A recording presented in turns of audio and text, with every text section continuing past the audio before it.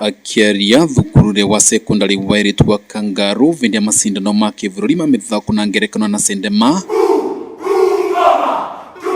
Minister wa Kithomo EZEKIEL MACHOGU augite irathi ngiri ithathatu ni ciakwa kuvitukira kigina gia ukuria wa icigo bunge gukuru ruvunge rwa Kithomo rugiaka irathi ngiri kenda na kigina gia ciringi bilioni kenda irirenganiritwo ni thirikari cia wira ucio vai wivariria kwi arutwo wa grade 9. The means of education, the kind of allocation that we used to get in order to conduct and undertake this particular activity was so minimal, but now the government has been able to enhance that particular allocation.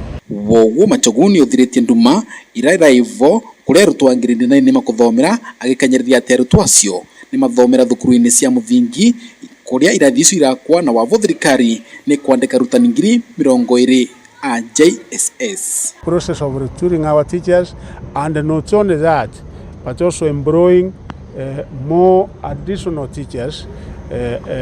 We are employing 20,000 more this year, such that by next year we should be ready. Uvorore wige masindano ma drama MACHOGU augite nukenete ni masindano ma mwaka uyu kumana na kwambatirira na kugasira gwa gikiro kiayo na thirikari ni raumbeka mitaratara ya gutigirira masindano mama ne marambatira nginya mavururire magitaro kia Afrika yarathiro kuona kavinda gaka mathukuru maria maravotana masindano ri makivururi marasindana na mathukuru kuma vururire wa Uganda. All the countries within the East African region to take this particular endeavor and initiative in a serious manner, so that once we encourage competition, we are not only now having it within the region, but we will also be able to upscale it internationally. We have 23,200 participants participating this year.